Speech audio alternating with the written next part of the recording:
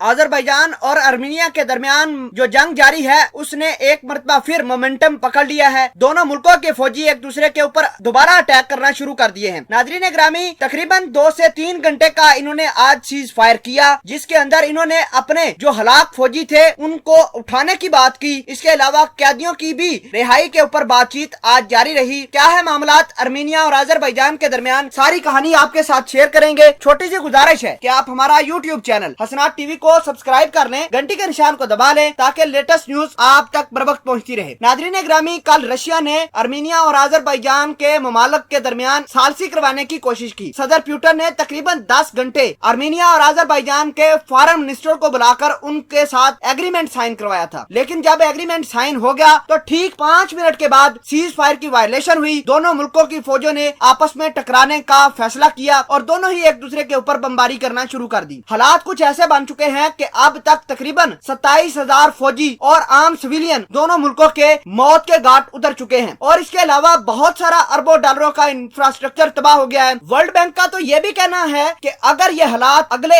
1 महीने तक जारी रहे तो यहाँ पर कहत आ सकता है और जो लोग आर्मीनिया और आजरबाईजान के जंग से बच जाएंगे वो कहत की वजह से मर जाएंगे। बहरहाल दोनों मुल्कों की फौज के दरमियान एक मरतबा फिर मोमेंटम बना है। वार की तैयारियां दोबारा शुरू हुई हैं। आज बड़ी डेवलपमेंट ये हुई है कि सिर्फ 2 घंटे के लिए सीज फायर हुआ। दोनों मुल्कों के आला हुकाम ने एक दूसरे के साथ बातचीत और डायलॉग करने की कोशिश की। कम से कम कराबाख के अंदर जितने भी आर्मीनिया के फौजी हैं या फिर आजरबाईजान के फौजी हैं जो लड़ते हुए मारे गए हैं उनकी लाशें उठाने का मौका दिया जाए। इसके अलावा ये भी बातचीत जारी रही कि दोनों मुल्कों ने तकरीबन 200 से 300 एक दूसरे के फौजी कैदी पकड़े हुए हैं, उनको कैद में रखा हुआ है, जेलों के अंदर डाला गया है। दोनों मुल्कों ने ये कहा है कि इसके ऊपर भी बातचीत होनी चाहिए। दोनों मुल्क आपस में रजामंदी के तहत अपने अपने फौजी जो उन्होंने गिरफ्तार किए हैं उनको रिहा कर दें। लेकिन जब बात आई मुर्दा फौजियों को बैटल ग्राउंड से उठाने की, दोनों मुल्कों की फौज ने अपने फौजियों को काराबाग से उठाने की जुर्रत तक न की, क्योंकि उनको पता था कि जो भी शख्स काराबाग में जाते हुए दिखाई दिया मुखालिफ पार्टी उसके ऊपर अटैक कर देगी। बहरहाल मोमेंटम एक दफा वार का दोबारा पकड़ा गया है। आज रशिया ने तुर्की और आजरबाईजान को खुलकर ये कहा है कि वो जंग से अपने हाथ खींच लें, अगर ना खींचे तो रशिया आजरबाईजान को मुकम्मल तबाह कर देगा और तुर्की के खिलाफ भी बड़ा एक्शन ले सकता है। नाज़रीन ग्रामी, आपको पता है कि रशिया भी आर्मीनिया को लगातार हथियारों की सप्लाई कर रहा है, क्योंकि